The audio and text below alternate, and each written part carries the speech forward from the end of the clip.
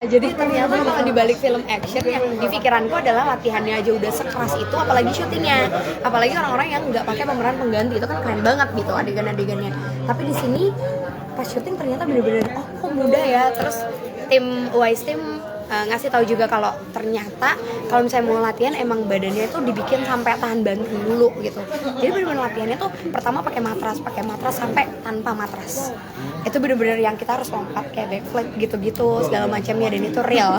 Kita semua bener-bener, aku ngelihat Kak Ismi, Kak Reza itu mereka nggak pernah pakai pemeran pengganti dan keren banget.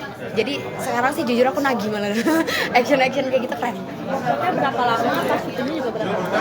Workshopnya waktu itu kayak kurang lebih 2 minggu, 1 mingguan lebih itu. Untuk syuting, sebelum syuting tuh kita pemeran dikasih waktu istirahat dulu.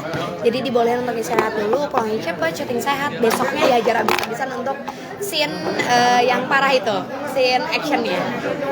Syutingnya sendiri di mana? Di Sukabumi. Oke. Di Sukabumi. Berapa lama syuting? Kurang lebih 2 minggu. Dan lokasinya benar-benar lokasi horor. Jadi kita juga sempat bikin vlog penelusuran asli di mana lokasi syuting film ini benar-benar di pohon yang memiliki penunggunya mirip sama si penunggu di judul film ini. Cuma bedanya kan kalau misalnya Wewe Gombel aslinya jauh lebih gede postur badannya dan serem. Jadi kita bikin vlognya juga sih. Jadi penelusuran langsung sekalian syuting. Terus gak ketemu kayak gue belakangnya terus?